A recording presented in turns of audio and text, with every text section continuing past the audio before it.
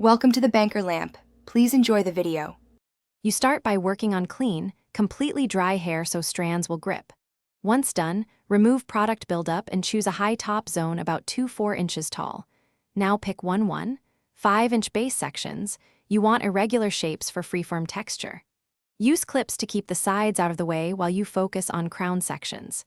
Begin twisting each section loosely toward the scalp to encourage natural knotting. Don't force uniformity. Freeform thrives on variation. Next, encourage locking with gentle manipulation. Once a week palm roll or finger rub each section to help tangles form without making them identical. Use a satin bonnet to reduce friction at night and avoid combs and tight elastic styles that undo knots. Wash every 2 to 3 weeks using a residue-free shampoo, then air dry completely so mildew won't form. Make sure to keep sides trimmed or tidy if you want a distinct high-top silhouette while the crown develops freely. Finish by refining the silhouette. Trim sides and tidy stray hairs to emphasize the high-top mass without disturbing locks.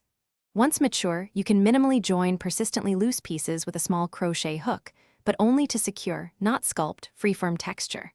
If you spot mildew or overly loose zones, wash that area, dry thoroughly, and isolate it until knots set. Check product use and reduce oils. Overall, be patient. Freeform dreads grow unevenly, so small interventions maintain shape without killing the organic look.